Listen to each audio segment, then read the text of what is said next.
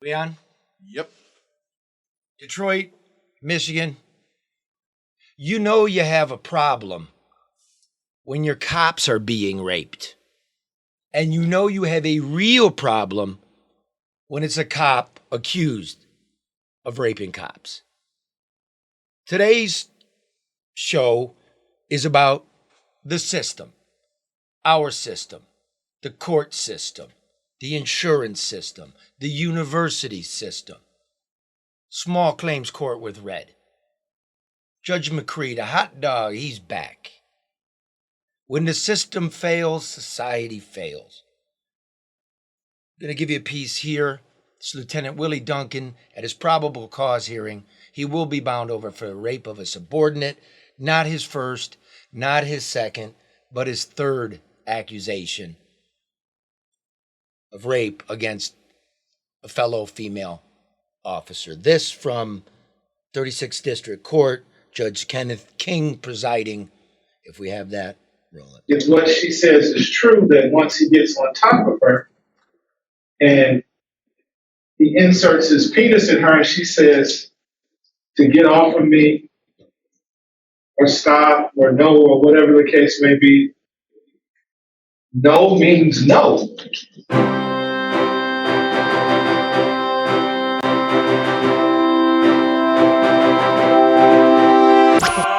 No bullshit.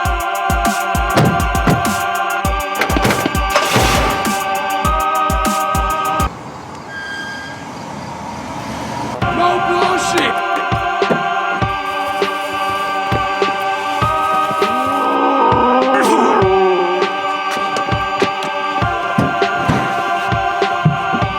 No bullshit.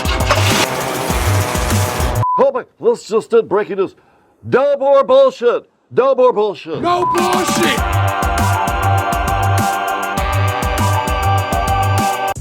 What the fuck? What up, Doe? Detroit? What's going on, South America? Hello, Lviv. Ukraine, we're with you. Jeez. Okay, so look.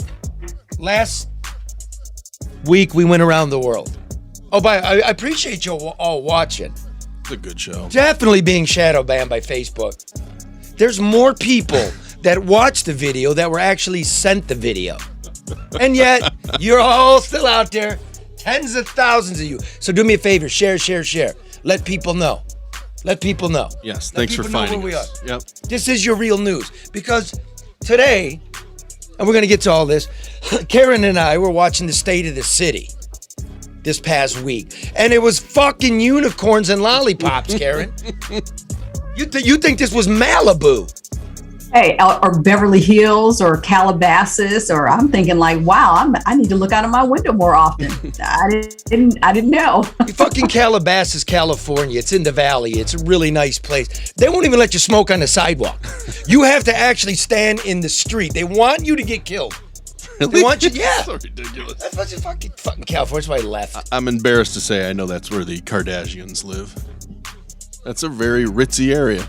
They all live there? I believe so, yeah. Calabasas. It's kind of cheap.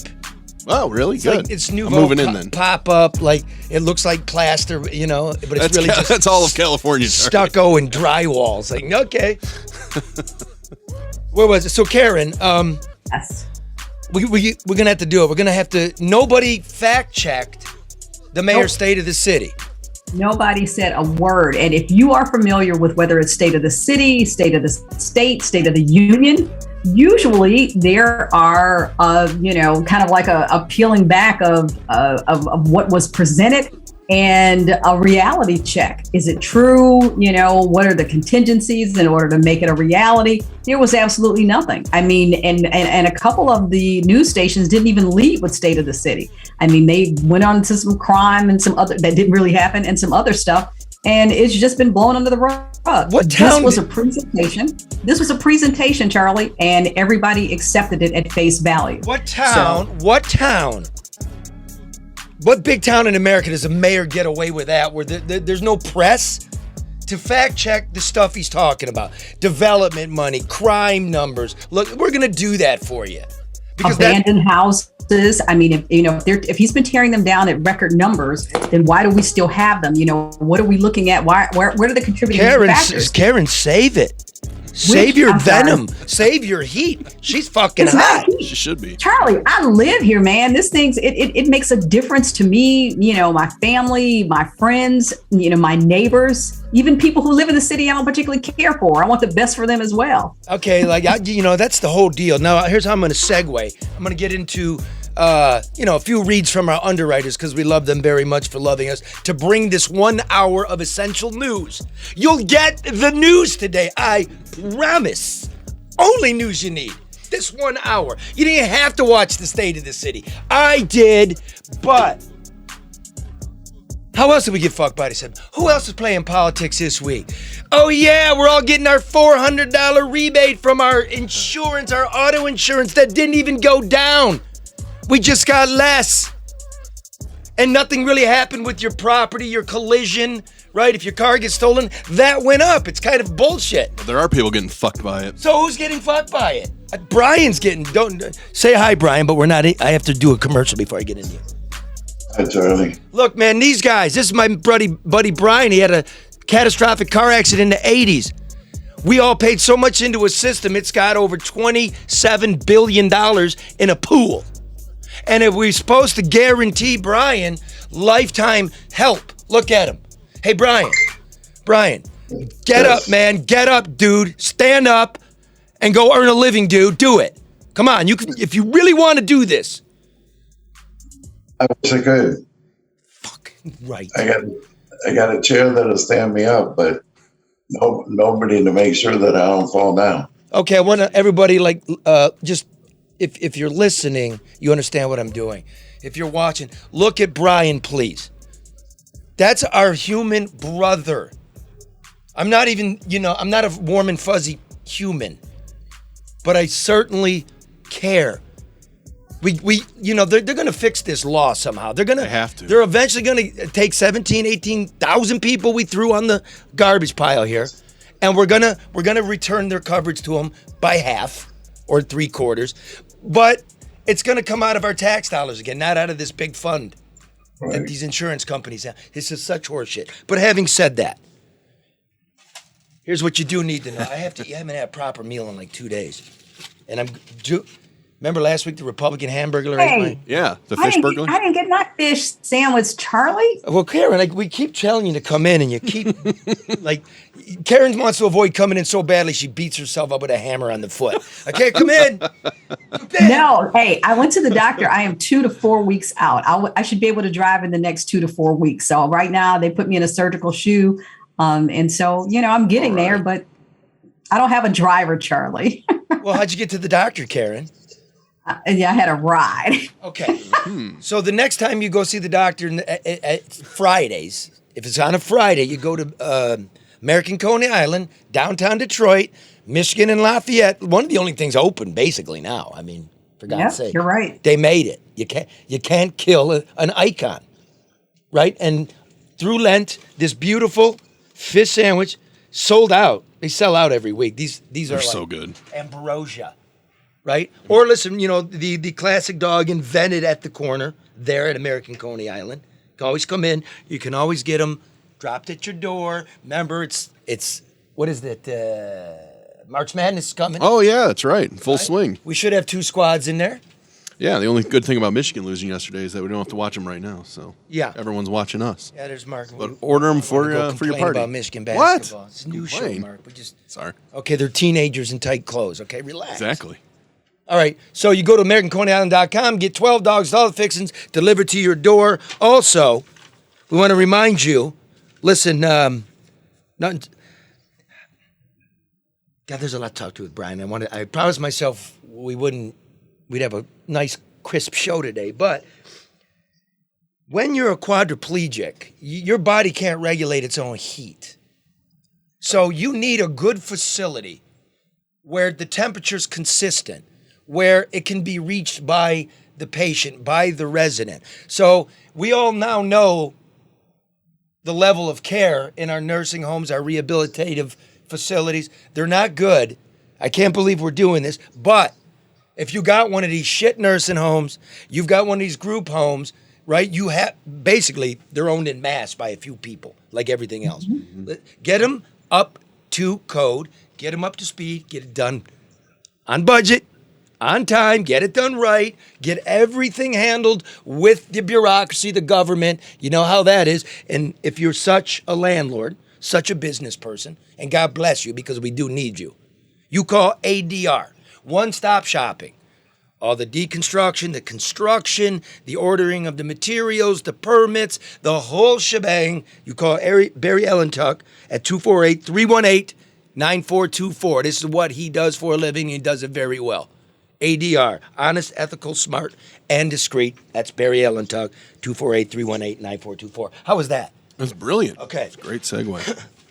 Let's see. Let's put this in perspective. Mark, do you know what went on with the catastrophic fund? Can you be crisp for those who don't know? Well, there was the law signed in the cover of darkness overnight at the Mackinac Center. Okay, no, not What crisp is enough. it? What is it?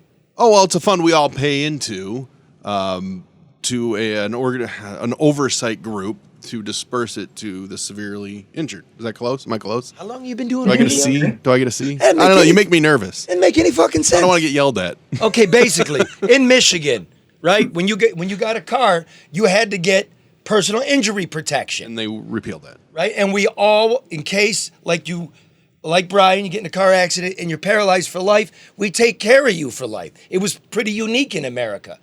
Then we decided we're getting rid of it because the insurance companies are like, people are gouging us. It costs too much. We don't want to pay for the rest of your life. So they changed it. And the politicians went around parading like something great was going to happen, like our astronomical insurance premiums were going to go down. Yeah. They didn't really.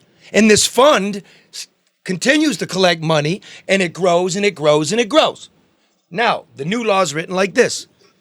If you're at 120% of revenue, meaning 100% would be, that's what it would take to take care of everybody through their lifetimes, me, you, everybody. After 20%, we get a rebate every 4 years. So we're getting a rebate, but this isn't the fourth year. It's the third year, but Governor Whitmer's running for re-election.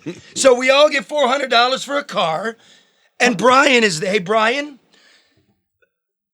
Yes. Things aren't going well, are they? Not really, no. Fill us in, brother. Well, I mean, I was living in my home before this new law kicked in, but the new law essentially destroyed the what am I trying to say? The post-acute industry, and most of the healthcare agencies that supply nursing personnel in home have closed down. About 90 of those businesses have closed, and so you can't find a healthcare agency to take care of you in your home. And if you try to do it yourself, you can't live on a reimbursement of 55% when you're putting out 100% of your own money. So it's the law basically said any healthcare provider in this industry, we're gonna cut payment to you by 45%, right? That's correct. And they all start going belly up, right? Exactly. Yeah. So even if I today, there is an option, I can continue on with full lifetime coverage. I have to pay some more, but I'm only going to get 55% of what I would have got last year. That's correct. This is a fucking Governor. You're really out there. What do you look? I don't hate anybody, but this. What do you make of it, Brian? What's that? Can it be fixed? What would it take to like protect you, man? I give you my $400. Yeah, $400 won't do nothing for me. I mean, it might pay one bill or something, but that's not a lifetime. And I've been 38 years, since my injury, and I was living a fairly normal life. And now it's, the politicians, when you call them and say, hey, I can't get the care at home 24/7 anymore. They say, sure you can. just talk to your case manager. And what they don't tell you, or whoever calls in, what they don't tell you is you're only getting reimbursed about half. So you can't afford it. You got to pay the other half yourself. So you were forced to move out of your home because of this law, and now you're in a facility. My question is, how well staffed is this facility? How well are you being taken care of because of this law? Well, they run them at minimal staff here, and because they're getting hit by the 45% also, they don't pay them 100% reimbursement for the auto accident victims that are here. And there's a lot of them that are here, and just not probably within the last month, I know 3 of them that have passed from here. Oh God, dude. People are you're not doing well physically, are you, since you moved out of your house? You're getting sores and No, I'm not getting any sores, but yeah, my legs are tightening up, my arms are tightening up. I'm getting contractures, and things like that. I used to have people that could stretch me all the time, and now I get physical therapy 3 times a week and occupational 3 times a week for half an hour each session. do you at your house that you had to give up that's sitting there empty? Was there a deck, a porch you could roll out to and get some fresh air? Sure, on the front and the back. And I had ramps down both of them so I could get out into the yard or get out into the neighborhood. You got a birdhouse in your backyard? You got That trees back I there? didn't have. Yeah, the squirrels took down my birdhouse. But Charlie, there's another component to this, and that's quality of life. Well, that's what I'm saying. Like, Yeah, certainly Brian not just had better care, but he's in a comfortable and familiar environment. And everybody knows that when you're recovering, it's always preferred to be at home or in a comfortable or safe and not a sterile institution. I mean, so that makes a difference, if I may say so. I think that makes a major difference. Yeah, one major difference too is because of this, I lost my job of 30 years. I mean, I couldn't no longer go to work and get the work done from a hospital room. oh, I needed my computer equipment and people to help me out if I drop something and not have to, push a call light and wait 15 dude, they minutes. they ruined you. Look, Oh, yeah. this fund made $5 billion. Wow. Right? They're keeping $2 billion of it for just in case money, in case the market goes sour, which it is. So it's $3 billion that the governor gets to parade around. Look what I did for you. You get half of what you got. No rates really went down. Why didn't we just take the $3 billion and grandfather 18,000 fellow human beings in? Why won't they tell you that? I'm pissed. They had a contract for off. life. It's like And the rates are going up, Charlie. They announced that the other day too. So they're you know why cutting the you rates are money. going up? The rates are going up because the stock market's going down. There was no guarantee ever. It was a swindle. And now, don't you love it, Brian? I know you were paying attention to the press when they were. Duggan was one of the main pushers behind this, right? And the media bit this thing hook, line, and sinker, didn't they? They sure did. Say it again, brother. Say it out loud. They sure did, and they're running with it. And now they're kind of regretting it. Now they're going, oh, geez. It's too late. But Charlie, somebody in the media said, that I spoke with, they said, why are they pushing this so hard? They said over the past couple of days, we have gotten so many press releases literally saying the same thing, like, hey, guess what? We're giving people $400, and some of the outlets picked up on it, but they were driving it down everybody's throats. I talked to a big dude. I talked to Paul Egan. Paul Egan's a killer, man. He's the Lansing bureau chief for the Free Press, a great reporter. And he's like, I'm expecting a press release every time every single person gets a check. It's that bad. Well, isn't that the problem? Yeah. Everyone gets 400, but nobody thinks of people like Brian who get fucked in this whole thing. Do you feel taken advantage of? Oh, absolutely.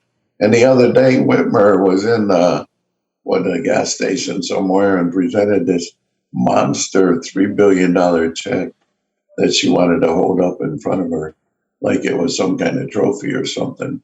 And it's got blood all over it. Oh,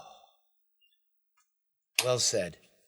Well, go ahead, Karen. No, I'm sorry. I mean, because it should have.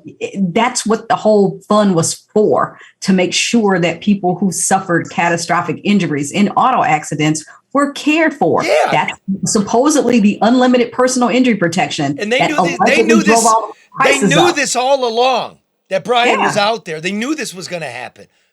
And it's like, why? And then if you want to add insult to injury, they sent the money to the insurance companies. If you really want it, why not send it directly to the consumer? So now the insurance companies get to sit on it for up until May before they return it to the consumers. But here's the even worse part, Brian, is nobody's even inspecting the fund.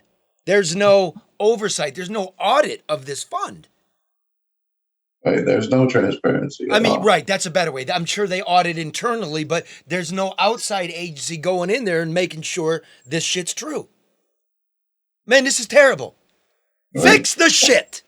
And this politically for the governor, because, you've got, inflation and, everybody's talking about gas prices and the whole 9 yards. So, hey, look, you guys, here's a $400 carrot we're going to dangle in front of you to make you forget about everything else and the impact that this actually is having. Yeah, shit, we could all ride around on scooters. I would catch a ride on a wheelchair with Brian before they repo that bitch. He's battery powered, man. He's EV. He don't have to worry about it. Charlie. Brian, is he laughing? Yes, he is. I need a solar chair. Solar chair. Wind powered. He's in a solar chair and they don't let him outside. That's what I was going to say. Can you go outside anymore, Brian? Do they take you outside now that you're in this institution? Yeah, if they leave my door open. Jesus Christ. He's locked in. You know what? That's terrible. We threw him in a closet. Brian's in a closet. We threw Brian in a closet. Come out of the closet, Brian. Yeah, come out, Brian. Yeah. Literally. Come on, man. Right. I'm sure he would if he could. Here's the last thing. I'll say this about the gas tax and shit. We doing this. You guys remember now. Watch this. Here's what you need. Some Democratic governors are calling on Biden to get rid of the federal gasoline tax, right, for a year, which, that goes for bridges and highways, fixing this shit that's falling down in America. We could do that because we now have that infrastructure money. So what we could do is kick everything a year. We're going to need that infrastructure money because bad things are happening around the world. But the Republicans here in Michigan said, hey, Governor, how about you cancel the state gasoline tax? Which you can't do. No, because our shit's falling apart and it's the worst. And you got Ichabod Dummy Gilchrist walking around in a suit staring dumbly into a pothole. Look at that. And by the way, we're filling the potholes with $4.5 billion of borrowed money. It's not even the COVID money. It's not the infrastructure money. It's because the governor couldn't get along with anybody up there and just said, okay, fuck it. I'm just going to borrow $4.5 billion. Now, here's what you could do. We're one of the few states that has sales tax on our gasoline. It's 6%. Mm-hmm. So repeal the sales tax. Oh, but where does the sales tax go? It goes to schools. Okay, allegedly. What did we do with all the fake Biden money? Did we wait for a rainy day? Of course not. Or did we put any structure in place? No, we drowned the schools with it. Yeah, you don't save. Now she says, I funded schools like nobody ever funded schools, and in 2 years there's not going to be any money for the schools. And it'll be someone else's problem. So here's the deal. Take the 6%, put it in the commuter's pocket. Since you jacked up school funding, they're not going to notice anything.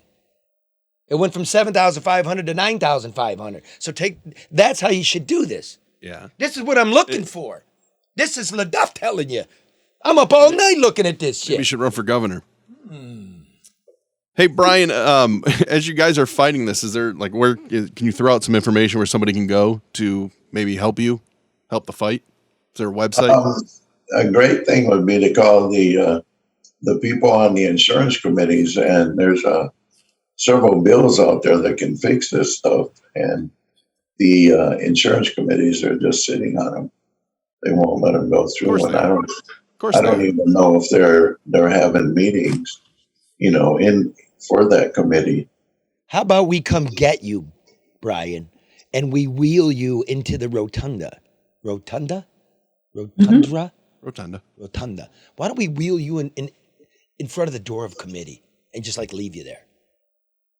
I'll do that. Okay, a hunger strike. So like, like. I don't know about that. Yeah, so you could start dying in front of them.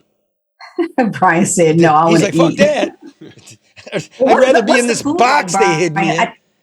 What is the food like there? Because we have people that are in nursing facilities that send us messages and they talk about how terrible the food is. What is your culinary options? What are those like?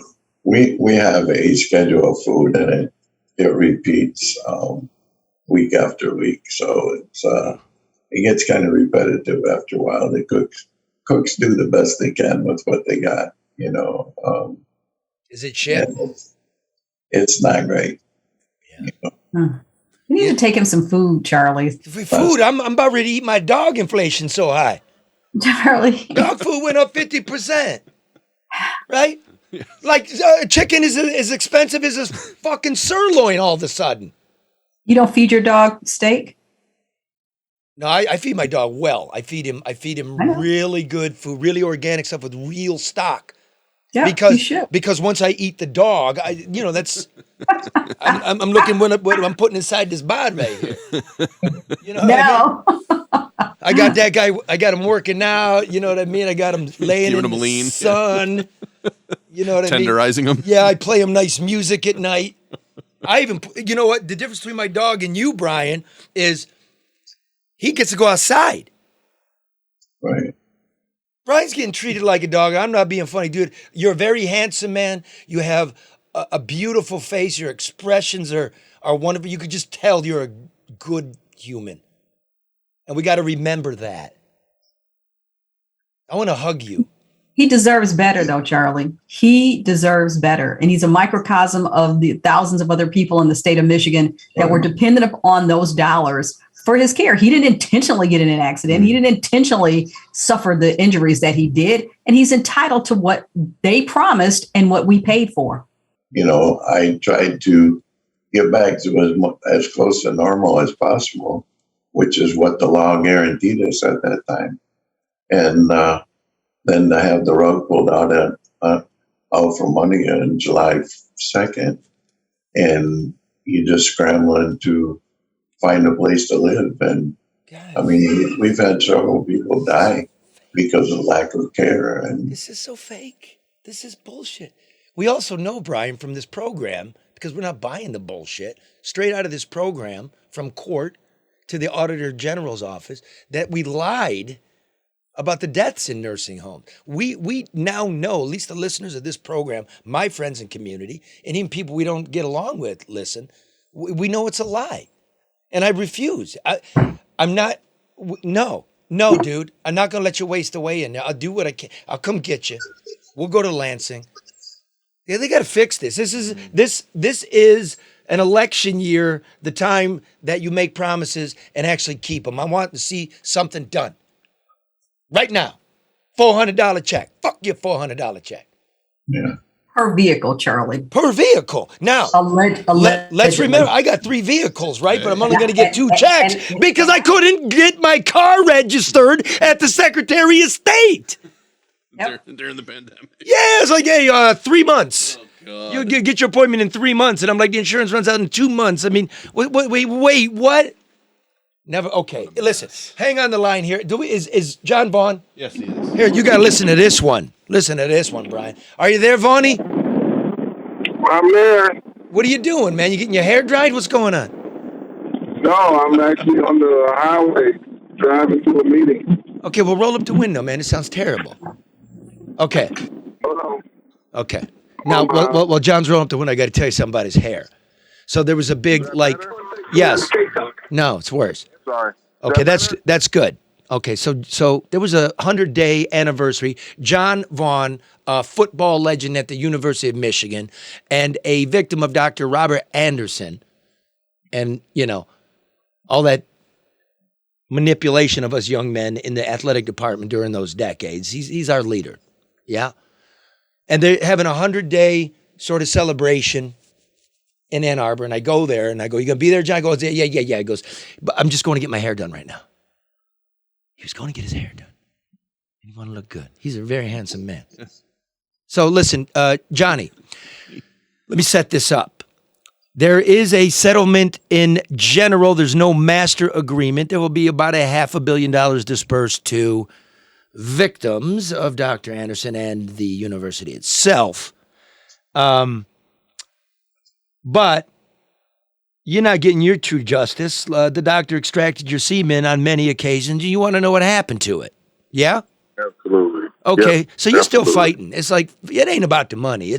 You're fighting. So you're going to have a big rally tomorrow. You had pitched camp in front of the president of the university's house. You got him fired, and he got himself fired, but you really got him fired. And you were going to hold a rally tomorrow, and then all of a sudden all your camping equipment, your camper, your tents, they're gone. Yeah, no, they were stolen. What happened? University of Michigan, outside of its jurisdiction, in its lawless way that they do everything, but, acting in the shadows, which they do, thought it was a good idea to take my stuff, all my personal belongings, and as they say, confiscate them and put them in storage. And you never agreed to this? No. They No, said there's I a never settlement. agreed Fuck to off, that. John, right? Yeah, well, I mean, that's what Michigan does.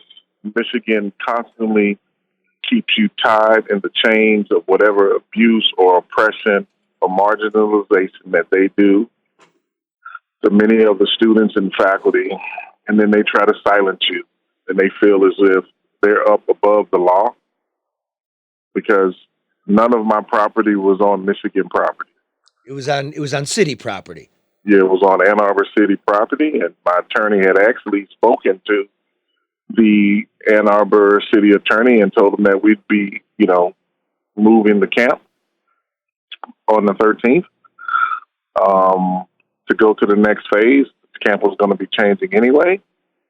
And then my attorney for that's dealing in the mediation told Michigan's internal legal team and external legal team that was the case, and that the agreement was with, the city of Ann Arbor.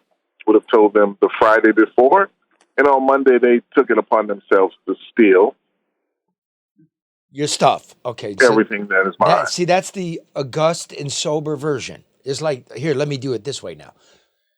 Universal, like, fuck it, you got your money, get the fuck out of here. And we know tomorrow, John was going to hold a rally in appreciation of students, talking about sexual abuse that continues on all campuses in America, right? And he's taken upon himself to turn this negative thing into something positive. So they know he's coming, they move his shit. So tomorrow, John's still going to be there. And John, I'm getting wind. I don't know if this is true, bro. I don't know if I'm breaking a brotherly cone of silence, but are you going to chain yourself to the tree in front of the new president's house? Not only am I, but there will be other survivors of sexual assault standing in solidarity and chained alongside me. You're going to chain yourself to the fucking tree. Absolutely. Wow. It's snowing outside, John. Well, like I told Chuck one day, when you play in the North Atlantic, you got to practice in the North Atlantic. Well, you just had Weather is cancer what- surgery. Are you sure you're up I to know. it? Yeah. Just got cleared about a week and a half ago by my doctor to start, training and get myself back in shape. Good. And right before this call, I just had my vitamin IV boost with all my supplements, immune, everything that I need to power through the next, 36 hours. Good, man. So your doctor has cleared you to chain yourself to a tree in the middle of a blizzard. Well, I mean, I don't necessarily think that was what he expected from me to be doing. I didn't expect it for me to be doing this, but the way that all went down, and Michigan has shown that they don't even think our lives are worth what a human life is, and no respect, and they're just a lawless institution. And what is it you want out of them, John? Real quick, like there's a settlement, there's going to be an acknowledgement. What are you battling on for? When I look at and have talked to so many different got some legal advice. There's so many of my rights that they violated in this action of removing, not only stealing my personal items, but my First Amendment rights, my human rights, civil rights, and I want justice. And I don't know what justice looks like at this point, but I've been more than accommodating to the disrespect and the ignoring me. Yes, brother. I'm gonna let me say this. Me and you, man. I don't think you know what you want either. You know what, man? It's me and you. Everybody else just turned off. So it's me and you. Like I'm in my basement, you're in your camper again. I think you're so. This brought up so many fucking hurtful memories. Just that it can never be over for you. No, it'll be over. It's not, I'm not going into an endless battle. I think that's what I hear, brother. I think with yourself, I do. I don't know what else they could give you. How about some acknowledgement, Charlie? Some sense of accountability. Hold on, Karen.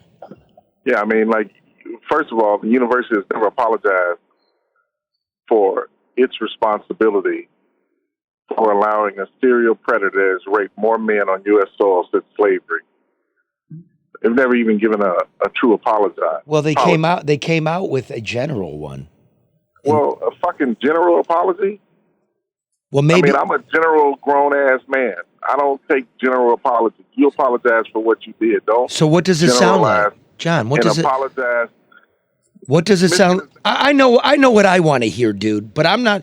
Look, I don't even expect him to mention my name. Accountable to the things that it does in the dark. Michigan needs to stop thinking that they can.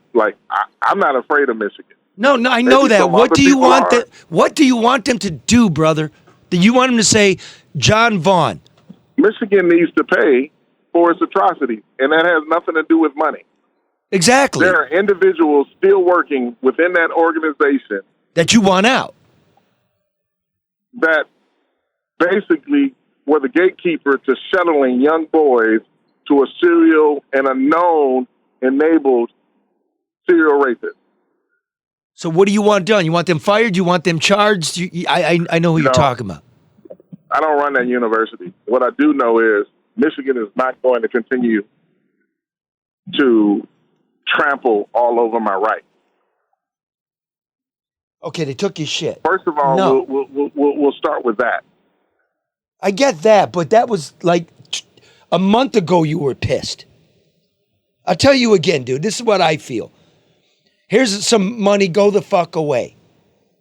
No, but it still happened. It's still here. There's still people working there. I know you really got damaged here, bro. One, where's your semen? Two, you want your specific name. You specifically want somebody to look you specifically in the eye and say it was wrong and we're sorry and we'll do what we got to do to find out if you got kids running around. Well, then I'll never do that. So I don't want that. That's why I will prove it on my own. But you would want that if they would do that.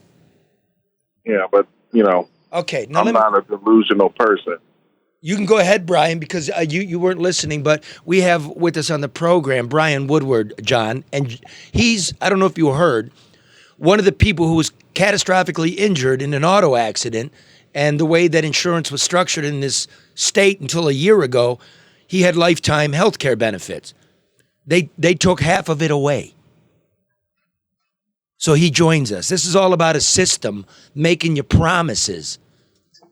And Fancy Pants is at the top connected, this whole bullshit meritocracy, and then those of us living a real life get walked all over.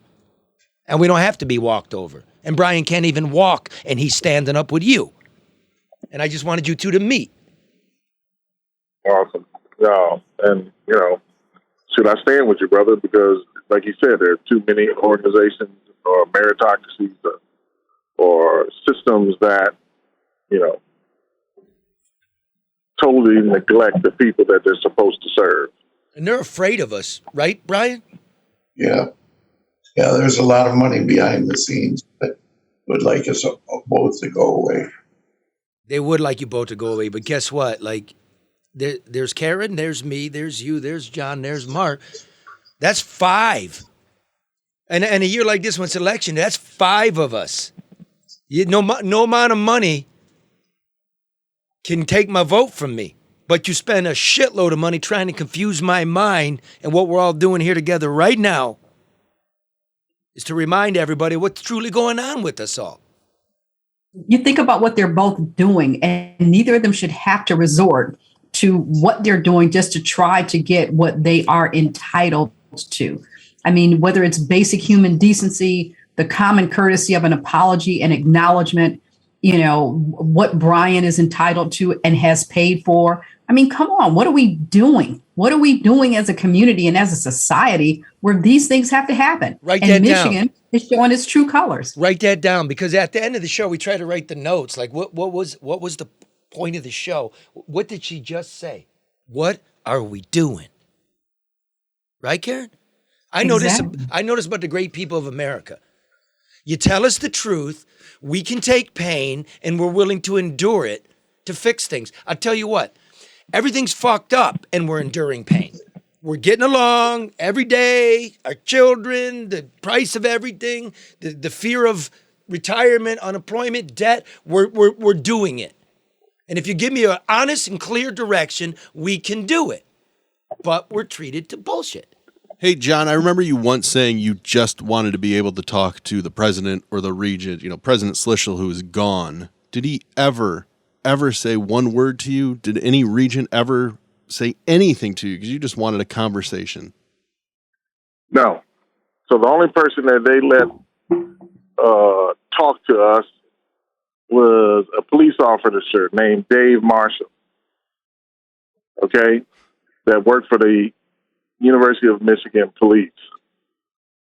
And why I'm so upset is Dave Marshall has my cell phone, texts, calls me, wants to talk to me about his son getting recruited and things of that nature, and didn't have the common human decency to tell me that we're about to steal your stuff. You might want to come get it. Okay. Wow. So let me put this, we're going to move on here because we got to talk about how we're being bullshitted. The people of Detroit and of Michigan that help fund some bills for Detroit, how they're being lied to and bullshitted. But tomorrow, what time does your Chain to the Tree protest start, bro? Should start about 12 o'clock. 12 o'clock, and you're going to be there for how long? At least 17 and a half hours. And why 17 and a half hours? 1 minute for the 1,050 survivors that are in the first wave of the settlement that the university has been holding up negotiations and threatening that the provision needs to be agreed to that I leave from in front of 815 South University. Okay. So I basically took 1,050 divided by 60 and it came out to 17 and a half hours because I want my brothers to know that I'm standing with them in solidarity and we will no longer be used. My brother, listen. By the University of Michigan. I'm going to ask a favor then. For my minute, okay? At precisely 4:20, that's the marijuana code. It's 4:20, bro. So in memory of me, my time there, my experiences with that athletic department and Dr. Anderson, at 4:20, will you remember my name? Will you dedicate Absolutely. 4:20 to me? Absolutely. 4:20 p.m. Absolutely. I'll be out there, but I'm just worried with the way they stole his stuff and threw it in storage. I wouldn't be surprised if they remove a tree tonight. Or Or if they somehow intervene, if you're saying what time and all that they're going to try to intervene, whether it's the I don't campus. like, but here's the thing. And I don't care who knows this, and I told the police this. Like, here's the thing. You guys want to operate in the shadows. I'm going to tell you I'm coming. You have not seen the protest like I'm about to bring and rain down scorched earth on you guys. Oh, who you So fucking whatever. with? Look at this. This is a mountain of a man, number one. I'm not messing with him. Very peaceful dude. But you want to know what image that would be on the 10 o'clock news? You're arresting John Vaughn, my leader. Yeah. Are you kidding? Yeah. I bet John won't say it on the show here, but I bet he wants to be arrested. Man. Well, what they don't know is I'm intelligent enough to read the laws that are in place in the city of Ann Arbor. And I know how to operate well within the law, unlike Michigan covering up rapists. That the last thing you need with cameras, documentary teams, students, professors is for you to lay a hand on me. Yep. You've already laid a hand on my personal item. The last thing you want to do is lay a hand on me. Ooh, I'll definitely be there. Now, let me tell you something about the police in Ann Arbor and trees. Real quick. It was back in my great career, my august career at the University of Michigan. Did a little hell raising, bro. And it was a very late night, turned into day, and we were strung out. And we're like right off of the arbor. We're like, I think you told me this one. and I'm like, yeah, hey, man, that tree's so fucking cool, bro. Let's climb the tree, man. So we climbed the tree, man. It was groovy. We were like one with the tree. And then the pig showed up and said, get out of the tree. And my buddy's a Russian immigrant. He goes, come up here and get us out. And the cop just fucked off, man. We had one with the tree. So if you climb the tree, man, they don't want nothing to do with you. You gonna climb the tree, John? You never know where this is gonna go. Well, good so luck. listen, Brian, if you're not doing anything, we can put a whole bunch of we the people together. I just want we the people not stop picking on each other. You can think differently. We all agree we got problems. We all agree where the solution needs to lead us. We're disagreeing on how to get there. Right. Because these are human issues. Yeah, and everybody knows it deep down. I don't care what the goofball, hipster, political millennials are telling me on Twitter. I know this country. I want better for all of you. Thank you both for standing up. I mean, literally and figuratively. Stop, Charlie. Awesome. Man, I appreciate you. I'll see you tomorrow. Brian, I'll see you soon, man. I'll find out where you're at and come visit, okay? Okay, that sounds good. Do you want and I'm going to send you something, Brian, from me. Okay, thank you. Can you eat fast food, dude? No, you can come have dinner with me. I ain't eating that shit. Do you like Arby's or? Why would you send him fast food, Charlie? Because it's delicious. Send him something from Gold Belly. Don't send him fast food. Now bring him. I'm bringing it. Don't take it either. We're having dinner. You know how much a KFC 8 pieces? No. That's $20. Charlie, I got to get off. I got a call coming in from my brother. I will see you guys All right, tomorrow. my man. All right, Thank peace you guys out. for always supporting. All right, man. See you tomorrow. All right, Brian, we'll take this up. We'll take this up on the phone. I mean, but you can eat fast food, right? I can eat anything. You can eat anything. Yeah. All right. Okay, we'll continue eating that pile of shit that the governor threw on you. And I will call you in the next day or two, okay, brother?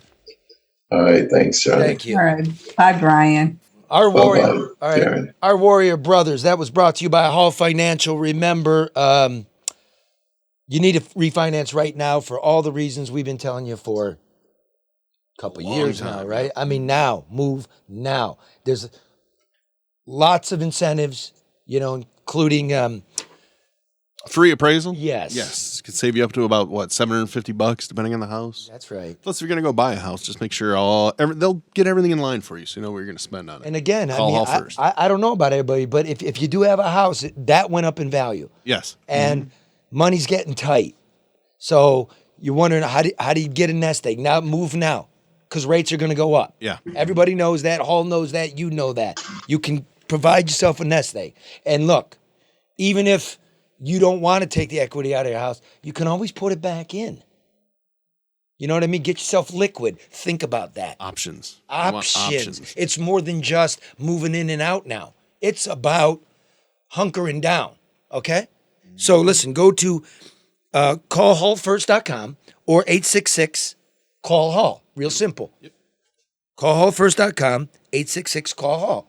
It's about more than what it looks like. I think we're learning that. Yeah. Right? God, yes, it is. Okay. And also, Luke Nowacki came over last night. We talked. Hey. We just talking about lots of stuff. Numbers.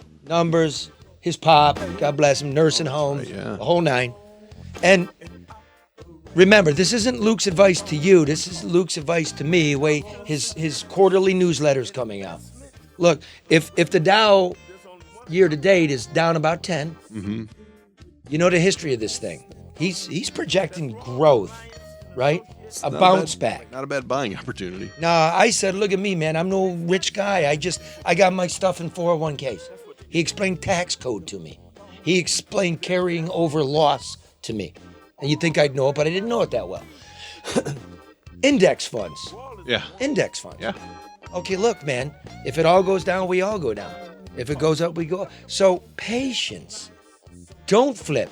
That's the point of telling you about Luke Nowacki.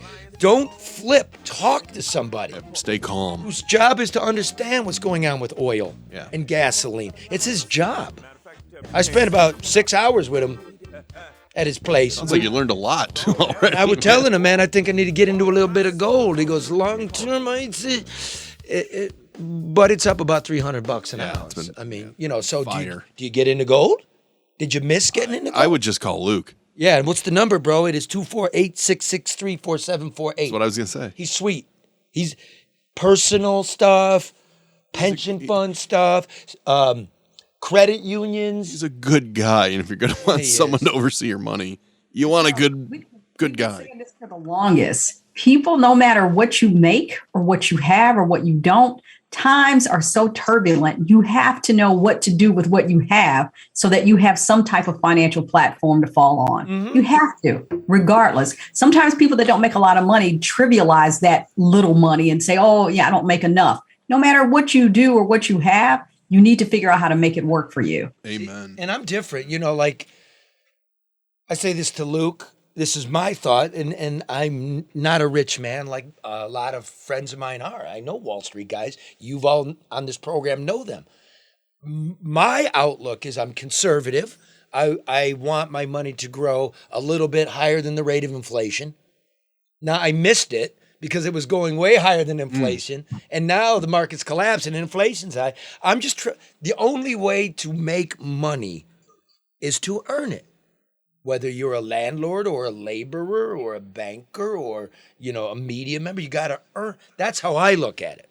So when I go to Luke or when I talk to you, how do you maintain the value of what you earned? I'm not looking to get richer. Wait, so I shouldn't just win money? Guys do that. I don't. I can't do that. I don't gamble. I can't win the lottery. You like to gamble a little bit. Yeah. A little taste. Some people might say I have a problem. Right, exactly. I work too hard. Really, Mark? The problem is not enough money to gamble. I need more. Exactly. I need more. Double down. I don't know who those people are that are saying that. Mark, they got a name for him, the Chaser. Someday I'll tell you all how to do blackjack. Yeah. How to win at blackjack. How? Counting cards? Double down. Yeah, Okay. double and splits. No, it's like this. Okay, look, it's a table, right? Yeah. To get in, to buy a hand is $10. You win. Mm-hmm. You put the $10 in your pocket. You're up 10. Okay. You lose. Then you double your bet. You now put 20 down on the next hand. If you win, you're up 10. They should call you the Chaser. Think about it, right? You're up 10. Yeah. Put the 10 in your pocket. If you lose, you're down 30. So now, bet 40. If you win, you put 10 in your pocket. If you lose, you're down 40. Get what I'm saying? No, I get it. Okay. Yeah. So that's why there's limits on blackjack tables. I'd rather count cards. There's limits, right? Mark, they're going to ban you from the casino. It's not illegal. It's not illegal. My brother was a blackjack dealer in Laughlin Was he really? Yeah, and Oh, he wow. I'm like, that's genius. That's why there's limits. He says, you goddamn right. That's why. Oh, yeah. So when you're playing with guys like us, and they're like, $160, bro. What are you doing? And I'm like, if you can't lose it, don't be at the table. Exactly. Well, that's the first rule of gambling. So the point Don't is, gamble what you can't You think lose. on 6 blackjack hands you could win one? Yeah, Should be able to. 6. Well, that's the point of doubling. Yeah. That But works that's- for shopping too. If you can't afford it, don't go. Like, I think it's all of life. Okay, Does it work for government though? If you can't afford it? Speaking of government, what we can them. state of the city, Karen. Mike Duggan. Yes, Charlie. Well, first of all, let me say this. With any presentation of a state of city, whether it's the union, the whatever, there's usually fact checks by the media in terms of what was said and what was real about what was said, or what contingencies exist in order for those things to be successful. I watched every state of the city. And this year, you would say you walk away without any challenge that Detroit is safe, it's clean, it's developed, it's occupied, it's growing, it's inclusive, it's affordable, and it's the envy of the art world all over the place. Very disappointed, Charlie. There were a lot of components there, but the things that stood out to me were crime, which are numbers that you've shared.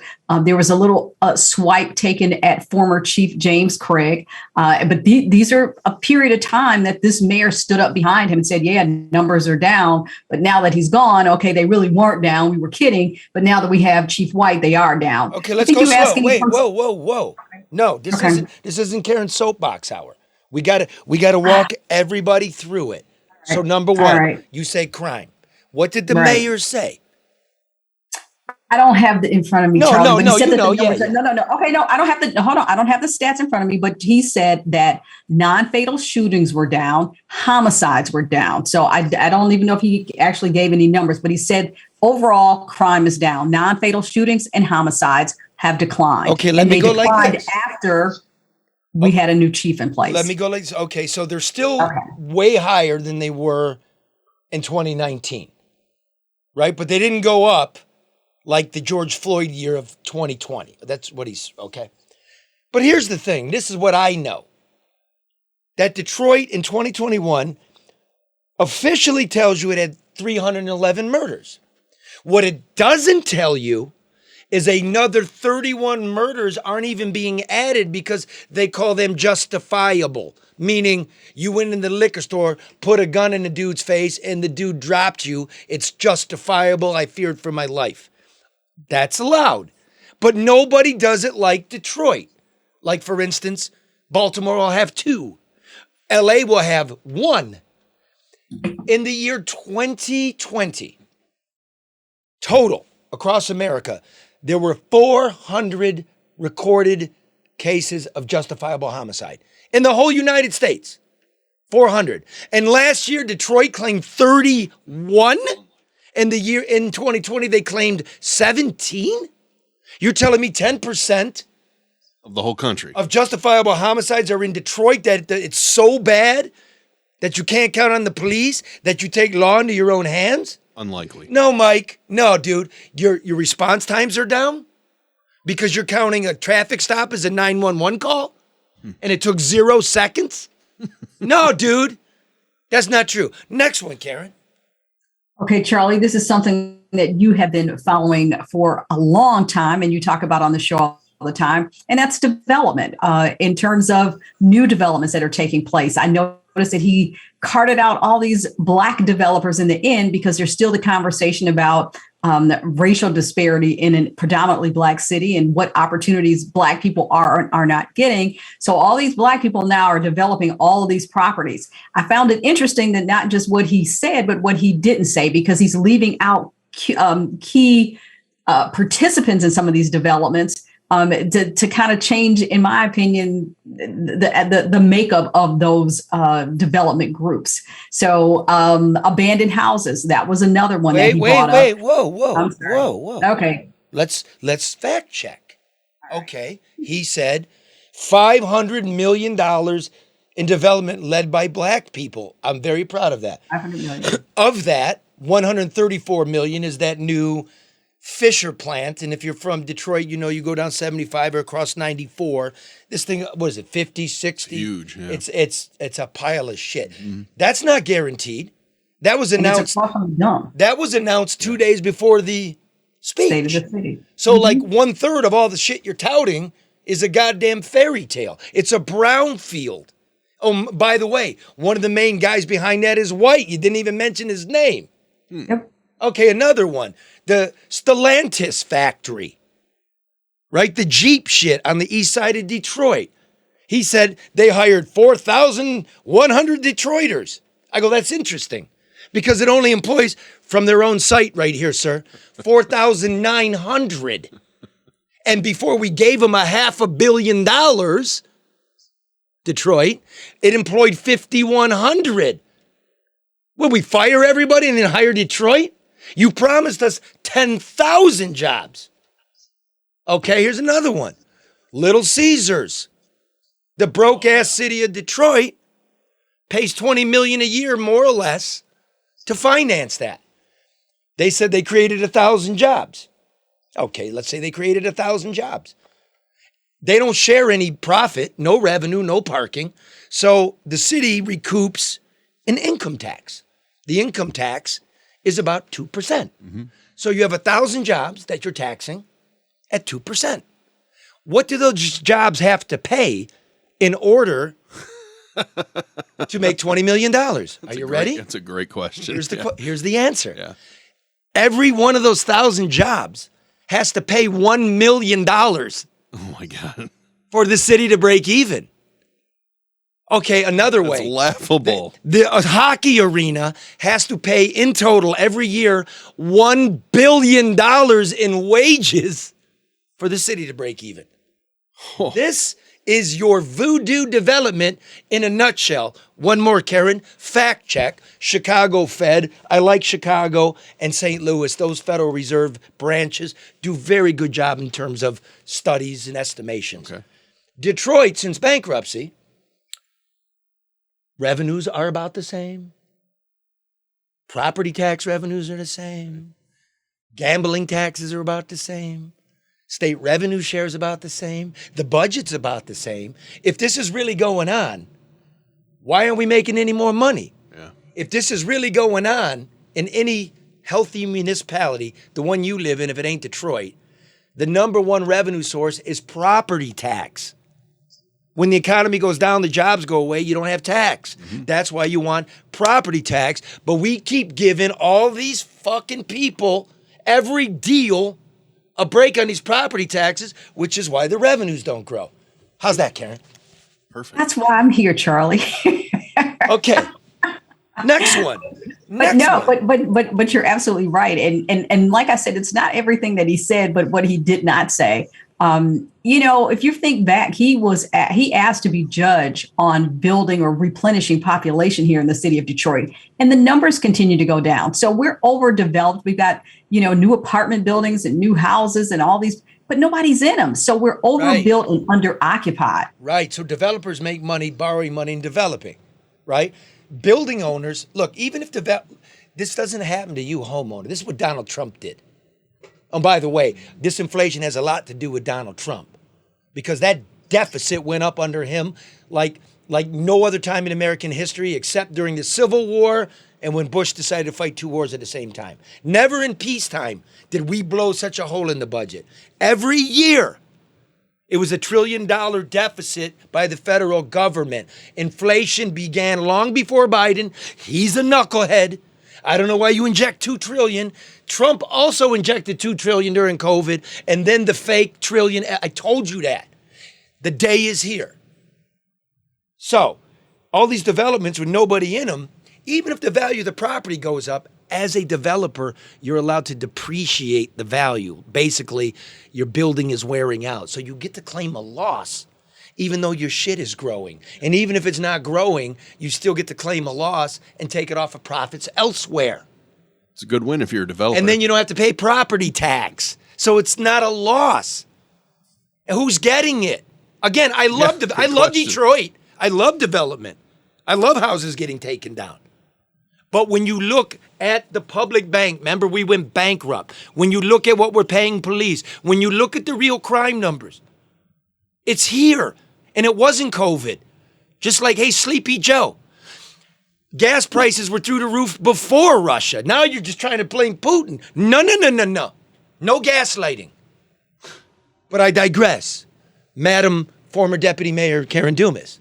No. But this is the other thing too, Charlie, is that now Mike Duggan is asking a bankruptcy judge or the legislature to reverse the pension funds board's decision to commit the city to a 20-year payoff instead of the 30 years that was agreed. So they're asking for lower payments. So to me, this should have been something that should have been addressed in State of the City because it addresses the state of the city. It was just a cheerleading session. You're talking about tearing down houses. We don't hear anything about a land use strategy. He mentioned that they went into the neighborhoods, certain neighborhoods, the Woodward State Fair area, and asked people what did they want 3 times. Hold on now. See, you're doing it. I'm because Karen used to have a drive time. She used to do 4 hours a day. Man, she gets on a roll. She'd go. Yeah. Oh no, she could go. She can go. But she got so much in the head. But that's why I have you, Charlie. Right. This is why it's a really good team. Let's unpack that first one you said about the pensions. Right. Wait, that's why we went bankrupt. You're right. And part of the deal was more or less. Okay, look, it's a podcast, guys. And this is the model for the country now. More or less, we were given a break on making those pension fund payments for a decade. More or less. Okay, more or less. Back of the envelope. So, 2023, we got to start paying. First it was 140, then it was 170 million in a city with a budget of 1.1 billion. Now it's projected like 220. And I read the newspaper reports and it's down to 140. Well, what is it? Whatever it is, the city's got to find 20% more in revenue to make our obligations to our firefighters, cops, secretaries, and everybody else. Wow. During that bankruptcy, the little unknown thing, if the city can't make those payments, they're just not going to make the payments. They're not protected. This is an oversight. So when they're saying, wait a minute, I want to redo, this is federal, basically federal law. It's a federal decree, the bankruptcy settlement. You got to make those payments. Now, President Biden sent Detroit almost $1 billion. It sent New York $1 billion, sent LA $1 billion, sent Philly $1 billion. The fourth one, maybe Chicago, I don't remember. And Detroit. Detroit doesn't have 1 million people, but you knew Detroit needed it.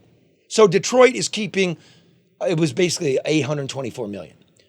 They're going to spend $400 million on like parks, like Karen's saying, and patch on the head and job training. And the other $400 million goes to, get ready for it, budget shortfalls. So here's what you do.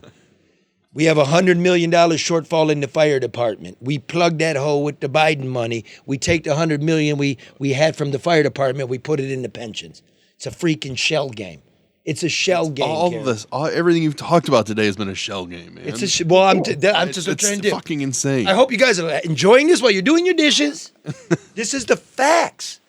But this is what we deserve to hear from the people that we elected, whether it's the governor, whether it's the mayor, whomever. I mean, people just, we understand that these people aren't magicians, that they're issues that are decades long. They're entrenched in the infrastructure of the systems. We get that. But don't come to us and tell us that everything is right. Don't urinate on us and tell us it's raining. And don't try to act like they're, what you're not doing is not discoverable. I mean, even though the main people in the media aren't saying anything about it, Charlie will take the time and do the homework and find out and share that. But at the end of the day, Charlie, what does that mean? That's what we have to figure out. Now that we know, what do we do about it?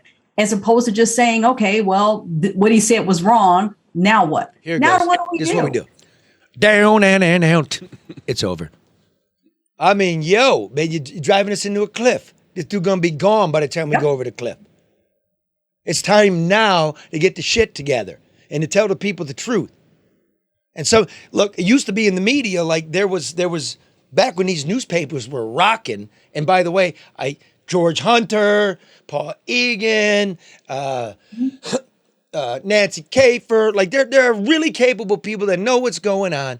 But in general, There's no institutional knowledge. These papers used to be huge. 2 of the biggest papers in the United States, circulation over 1 million. And now when there's a state of the city, there's no one there to fact check. What it is 5 things you need to know from the speech, and it's a regurgitation of the speech, and it's bullshit. Yeah. The skyscraper is bullshit. You all know it. It's already proven. I told you it's not getting built in the form they promised us. That's already come true. It's not going to be 900 plus feet. It's not going to be the tallest in Michigan. Now the plan is 600 and something feet. We don't even know where that baby's going to go. Breaking news. Mark this down. Gilbert's refinancing his buildings. He doesn't have a partner in that skyscraper. The skyscraper's got to get done, so talking to one of the big honchos that put that deal together, where would he get the money? Keep your eye on this, Michigan and Detroit. They're probably coming to you. Probably coming for some of them Biden bucks, just like GM did. Looking for the old bailout. I'm not saying it's true, but I'd put my money on that if I was a gambler, man. I'm not a gambler, man. Watch it. Just like they did with that book Cadillac Hotel. Mm-hmm. They sold it for what the guy that owned it was in debt for, and the guy that bought it got $30 million off his tax bill. We don't have that anymore. We lost revenue. But just like that Fisher Mansion sale, Charlie, that, there's no evidence that any significant investment was made into that property, and the price more than tripled over less than 6 years. The CEO or COO of Stellantis purchased the house for $4.9 million, and it was only listed for 1 day. And he's in Grosse Pointe and doesn't pay any taxes already. Why would he come here and pay? It just look, that one's too inside baseball. Like, let somebody else do that story. You know what I mean? Whether you're using Stellantis' money or your own, if there's a public component to it, let me know. I'm so busy. That is weird. A $5 million mansion in Palmer Woods, but that is being talked about. I just can't wrap my head around it. I got raper cops, and I got Brian over there. Like, we got my friend John chained to a tree. I got $400 I don't know what to do with. You got to deal with dog food went up 50%. Yeah, Luke counting numbers around you. I got this nice fish sandwich getting cold. Too much. Okay, so speaking of the system, I told Red not to do it. Come on, Red, don't do it. Red had some guy that went to, what do you call it, Howard Specs? Yeah, he calls it Howard Specs. Howard Specs, yeah. Howard Specs, to film his comedy night. He explains it. And a guy fucked it up, and then Red took him to small claims court and won $533. I'm like, way to go, Red. Except it cost $5,333 to fight the fucking thing. You got the judge, you saw the judge earlier. The whole thing's COVID and Zoom and congratulations. Well, he's going to get his money. Red's realized some things, and here's his report. Andre Godwin, a.k.a. Fried Egg Productions, supposed to be a video recorder and all that, officially lost today in court. Got that ass. Now, that's just the principal part of this. Now we still got to collect the funds. So Fried Egg Production supposed to went to Howard Speck. I wouldn't even tell nobody that no more. If I was you, I wouldn't even do that. I would not tell nobody that I spent $15,000 to go graduate from Howard Speck with the bullshit you submitted to me here on these cards. I will tell you this. The court system is kind of jacked up because of Corona, so everything was through Zoom. I was in the same chair in court. And I'm going to be honest, I was a little frustrated at first with the process of using Zoom, but I've come to appreciate court in the Zoom process. It's way better than going there in real court. You get to sit at the crib. You want to hit the joint. I was smoking in court. I ain't never been able to do that before Zoom. Hit the little camera off. I was puffing the joint like, man, I'll be glad when they get to my case. Now I done went to court. Just pay me my money. You told me on the phone my little money wasn't shit to you. Okay, that's fine. Show me how much it ain't shit and pay it to me. Don't make me go put a lien on your estate. your car. I will put a lien on your car. I will put a lien on your shit. Do you understand me? I will put a lien on your cameras. Where every time you go to use them bitches and I find out you paying me. Okay? I will lien the shit out of your life. You get Social Security, it'll be a lien on that bitch. You'll get a check, and that bitch will be $533 short. I don't give a damn. So, yeah, what? Man, I look here. I lien on his life. You got a bridge card? I'm putting a lien on it. Whatever they let me put a lien on. Huh? I ain't playing. I will put a lien on your goddamn Cash App card. Fuck with me. I'll find out what your Cash App is and put a lien on that bitch. I'll put a lien on your kids. I'll put a lien on your great-grandkids. I don't give a damn. My estate will be leaning on your shit until we get our $533. And don't let me find out you can repossess some shit based on the lien. Oh, I'll be riding by your house. See if you got some new front porch furniture. If I like it, it'll be in my backyard. I'm putting a repossessment. Go repossess that new Home Depot camper, the thing back there he got. See that backyard thing? I want to put a lien on that. That's called lien window shopping. All right. The man wants his $533. This shit gone to his head.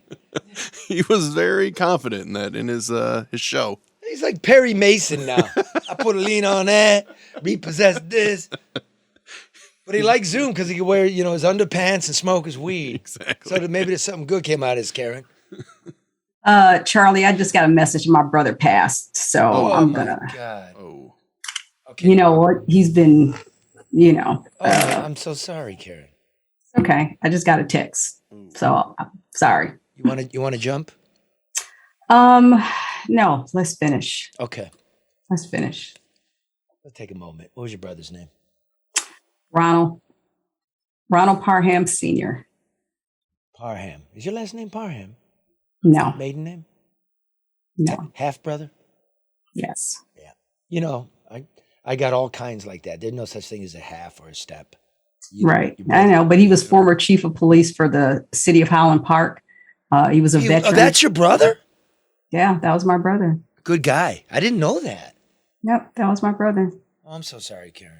It's okay. I appreciate your support, Charlie. And we carry on. Let's finish. And thank you, Brian. Brian sent me a message. But yeah, let's we got a show to finish. So.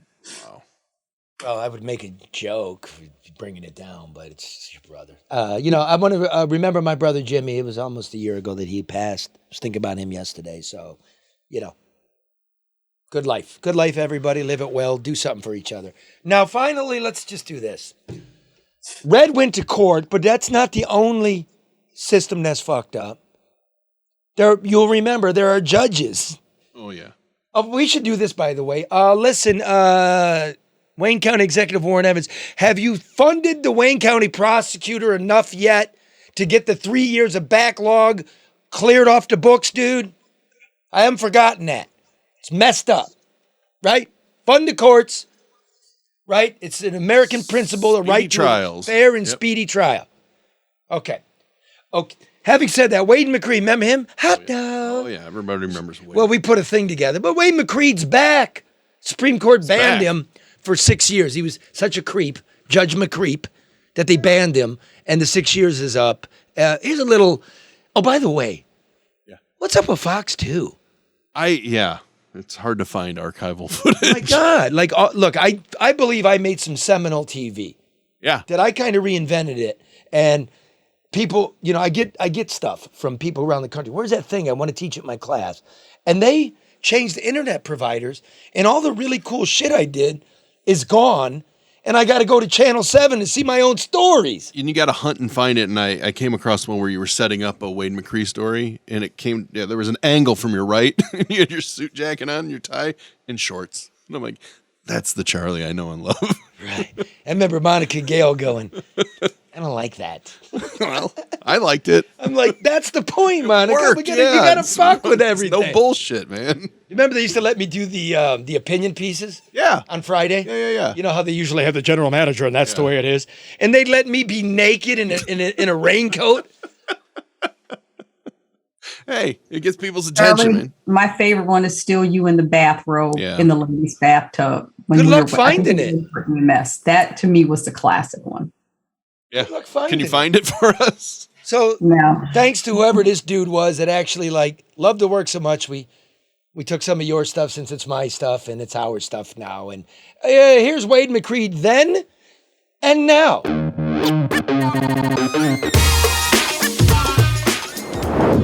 Hot dog. There's no shame in my game. You might remember the story of Circuit Court Judge Wade McCree. It was 8 years ago when I confronted him with a naked picture he'd sent to a female employee. His performance was so bizarre that the Michigan Supreme Court took the highly unusual step of censuring him for bringing shame to the profession and acting like a total McCreep. She said she got it from me? Is that through him or she told you? Through him. Oh, so it's still hearsay. Judge McCreep became the gag of late-night comedy shows. But the judge didn't seem to have learned his lesson, because a short time after that, McCreepy started banging a younger woman with a child support case before him in court. The judge threatened the baby daddy with jail. Then he got the young woman pregnant. Then his wife found out that he got the young woman pregnant, and they both tried to convince the young woman to get an abortion. McCreepy went so far as to go to the county prosecutor and complain that he was being extorted. That's when the young woman came to me. And that's when Judge McCreepy ended up in front of the Supreme Court fighting for his law license. Here he is back then, trying to defend himself. I confess she was an attractive, striking woman, and she caught my eye. I'm a rather effervescent personality, and sure, we chatted. To use a term, we hit it off. I'm a middle-aged man. She was a young woman. She was pretty, and I'll admit I was excited. I don't want to say that the water came to the horse, but I must say she certainly was coming on to me with an ease that surprised me. It thrilled me. I was flattered. To use the vernacular, maybe my nose got opened a little bit. She would be at the apex of euphoria. She'd be at the abyss of near homicidal anger. You have all that hot passion, all that good steamy romance at the beginning, and it ebbs. If I had a minute, she wanted an hour. If I had an hour, she wanted an afternoon. If I had an afternoon, she wanted an evening. If I had an evening, she wanted a night.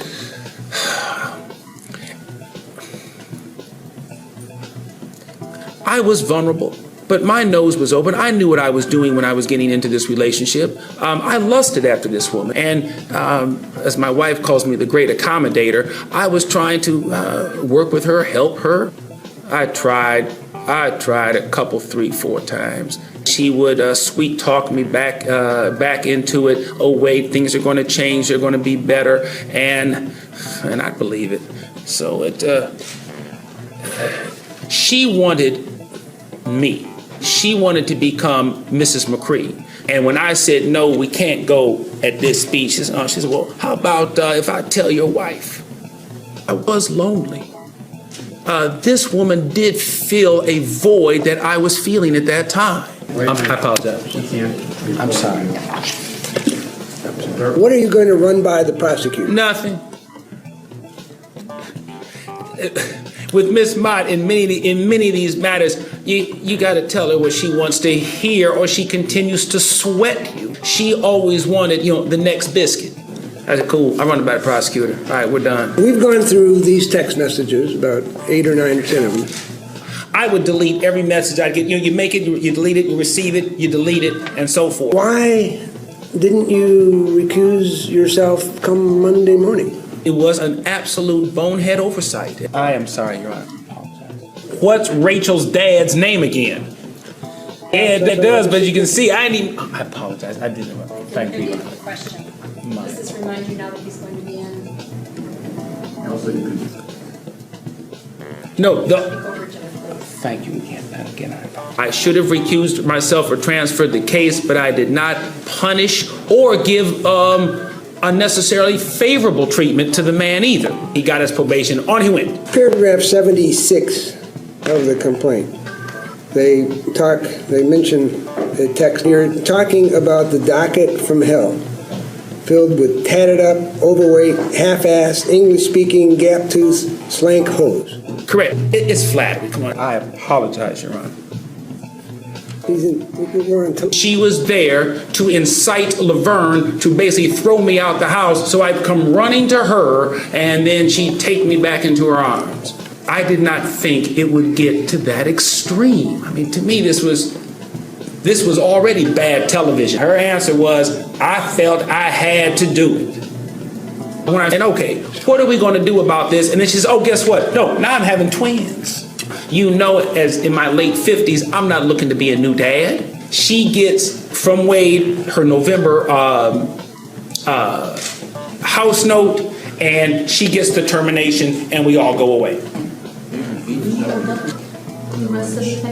Did you have any other thoughts about it?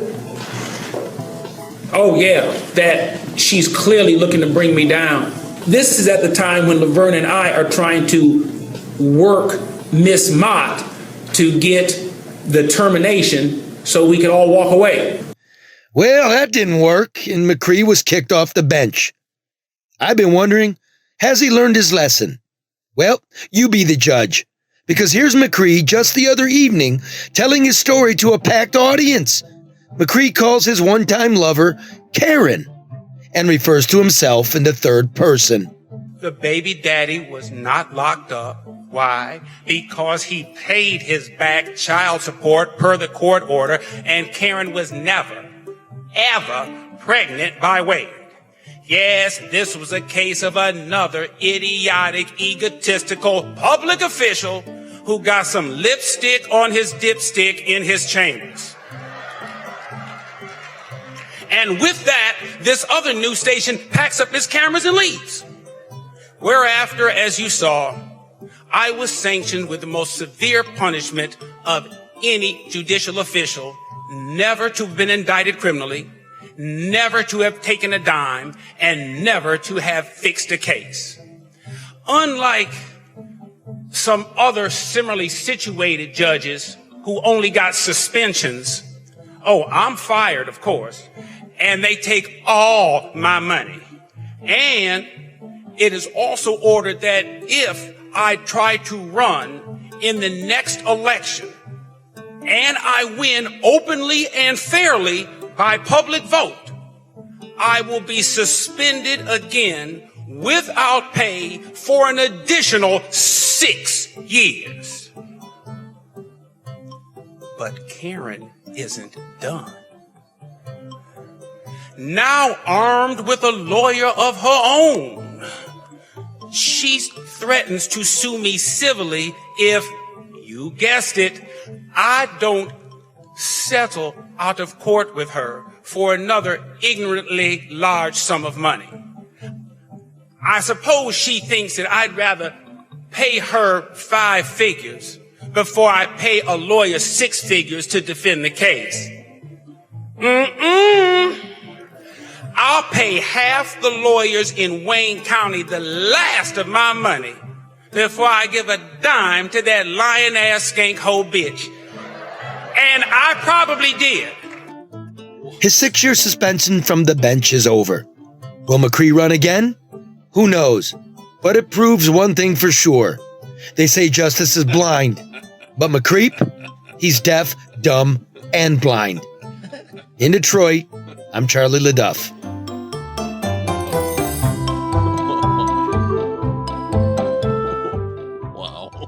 Well, I am not the Karen he is referring to. Let me make that very clear. Well, that guy loves being on a stage, loves being in court, loves everyone did listening he learn to him. anything? No, he didn't learn anything. His wife was in the audience. Seriously? Yeah. Who's advising this guy? Dipstick. Okay, hey, wait, I know it's going to get around to you, dude. Let me just say, that got sent to me by a heavyweight who's really probably not crawling around on the internet looking for, cancel culture stories from the Civic Auditorium, meaning everybody's jaw dropped, dude. Lying ass, skank ass hoe. Yeah. What? And that's a speech he gave, like last month to... Yeah, it was like a couple 2 weeks ago. Like, it's one of those... That was part of the Society of Twisted Storytellers, and they go and tell their story. So that was definitely twisted. That was nuts. And by the way, that's why one of the reasons you got censured was talking about people like that in front of you. Him on the stand was nuts. Him speaking about it now is insane. He learned nothing. Oh my God. And he was on the stand in his own defense. I know. Oh my God. Well, we're trying to work. Hot dog. We're trying to work Miss Mott into getting the termination. First he promised he's going to marry her. And then he's manipulating her, getting an abortion. And she's a lying ass, skank ass hoe. Yeah, of course. Because that's what he says. Yeah. Hey, Brian, that's your government at work, dude. Hey, Brian. Somehow it doesn't surprise me. And all this guy wants is a room at 72 degrees. Yeah. Yeah, in his home. Ugh. All right, that's the program. Wow. Karen, thank you for your hard work on that. thank you for your support, Charlie. Sorry everybody makes a good team. Sorry about your brother, really am. Yeah. All right, thank you, guys. I appreciate it. Thank you, Brian. All right, everybody, try to love one another. Brian, I'll talk to you soon, bro. Okay. See you tomorrow, Johnny. Chained to the tree.